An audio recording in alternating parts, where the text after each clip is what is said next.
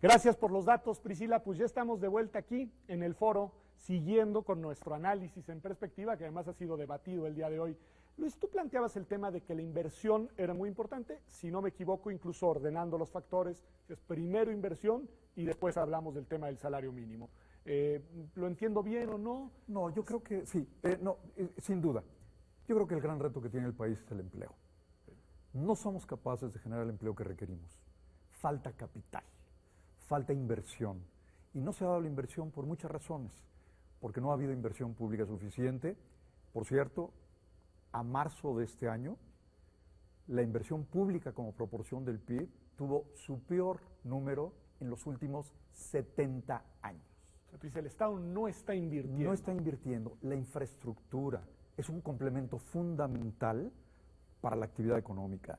Entonces, tiene una tarea muy importante que llevar a cabo el Estado. Complementa, induce a la inversión privada. Y la inversión privada es cualquier negocio que ponga cualquier familia con cualquier cantidad de recursos. Eso genera los empleos. La razón por la que se está deteriorando tanto los ingresos en la gente, por la que estamos perdiendo empleos en el sector informal y formal, de esta manera como comentábamos, 3 millones menos que se dan con salarios, es que no hay empleo. Entonces la presión es muy grande. Y además tenemos cerrada la frontera, que fue siempre una gran válvula de escape. ¿Qué hacer para mejorar el nivel de vida? ¿Qué hacer para mejorar las percepciones reales de la gente? ¿El salario mínimo ayuda? Yo creo que el salario mínimo siempre puede aportar. Entonces yo creo que es paralelo, es cierto.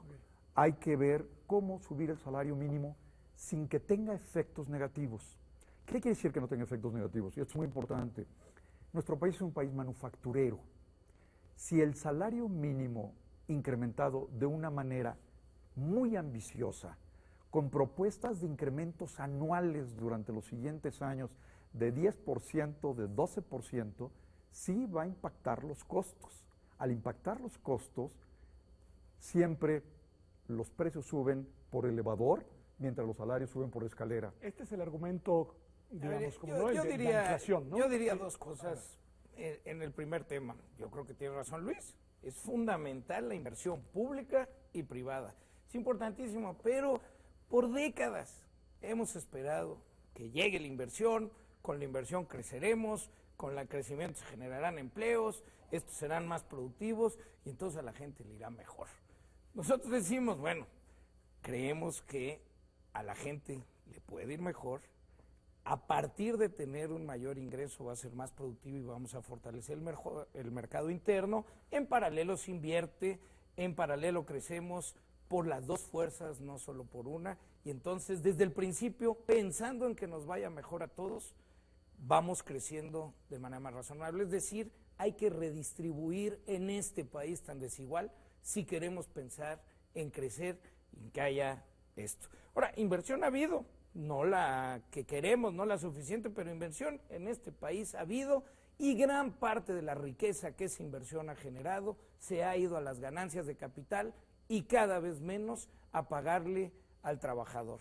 Ahora bien, si nos vamos al siguiente punto, yo lo que diría con toda precisión y con toda puntualidad, dijo Luis al principio, yo veo que puede ir bien el salario mínimo. Vayamos cuidando que no tenga repercusiones negativas, porque este tema de somos un país manufacturero, caray, pero yo no quiero que nuestro país crezca en su manufactura a partir de tener empresas con sueldos de esclavitud. Es decir, si nuestra competitividad tiene que estar referida a que tengamos salarios ya hoy más bajos, casi que China, pues entonces, ¿sabes qué? Algo en el modelo nos falló, porque además voy a decir otra parte que me parece muy importante. México sí es productivo, es decir, hemos crecido en productividad de manera modesta, pero junto con Chile tenemos la productividad más alta de Latinoamérica. Ahora, Chile tiene los salarios mínimos más altos del continente y el nuestro está con los países que tienen la productividad más baja. Entonces, hagámonos responsables de eso que ha pasado con nuestro arreglo económico y a partir de ahí, pues pensemos en Te el... paso la palabra y solo te pido, de todos los temas que quieras tratar, que no dejes de abordar el de la redistribución, que me parece que es además el que tiene arista económica y social. Yo creo que es fundamental. Yo estoy de acuerdo con Salomón en varios de los elementos. Yo creo que la redistribución es importante. No vamos a poder crecer si no hay una redistribución del ingreso. Yo creo que en eso estamos 100% de acuerdo. No ha habido la inversión en México que requerimos. Ha habido algo de inversión, ha ido sustituyendo el desgaste de las máquinas, el desgaste de las carreteras. No ha crecido. Si hubiera crecido, no tendríamos desempleo. Esto es muy importante. Otro tema, la productividad en México tampoco es cierto, como país, que se ha incrementado. ¿En dónde se ha incrementado la productividad? En el sector formal. Un sector formal, además, muy dirigido a exportar, y ahí los sueldos de este sector formal, y ese es el tema, no se nos puede olvidar que somos dos países. Uno, con 60% de los trabajadores en el sector informal ganando sueldos mínimos, y otro en el que las remuneraciones van de 3 a 10 salarios mínimos en el sector formal, donde sí es cierto, y lo que dice Salomón es cierto, la productividad se ha incrementado de manera importante, y en varios de los sectores los salarios sí han seguido los incrementos en productividad, pero estamos hablando del formal.